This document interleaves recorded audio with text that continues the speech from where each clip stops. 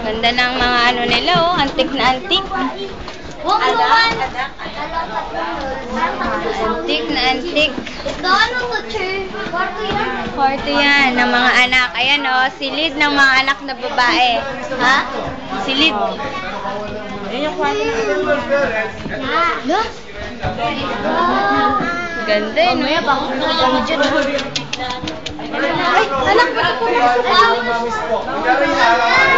Sino may kasabihan po, pag ang dalaga, warap sa bintana, pag binuksan to, ibig sabihin, ano ibig sabihin nun?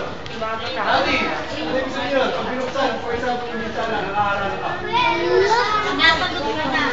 Tinatanggap ka ng sobra yun, ha? Tinatanggap pa ng babae ang pangliligaw.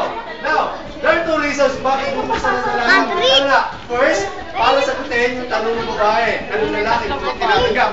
Or, pwedeng bumusan Alam mo, may gumalaw dyan sa... May nagmumuti na dito sa bahay. dito tayo. Ganda na ano. Good lang po, single line. Single line. Nakuha nyo na yung anak ng babae, yung pangalan?